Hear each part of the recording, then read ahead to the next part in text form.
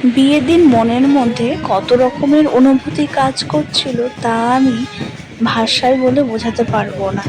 এ যেন এক অন্যরকম অনুভূতি। কিন্তু তার মধ্যেও সব থেকে খুশির মুহূর্ত বা খুশি মনে রাখার মতো মুহূর্ত যেটা হলো, সেটা হলো এই মুহূর্তটা।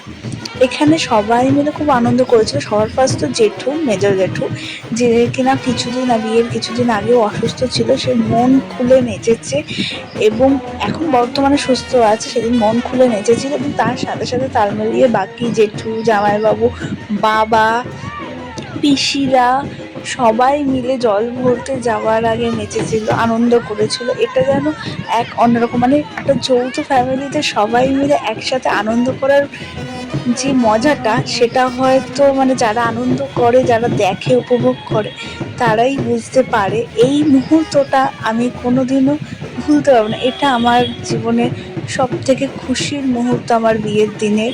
তো চলো, বাই বাই।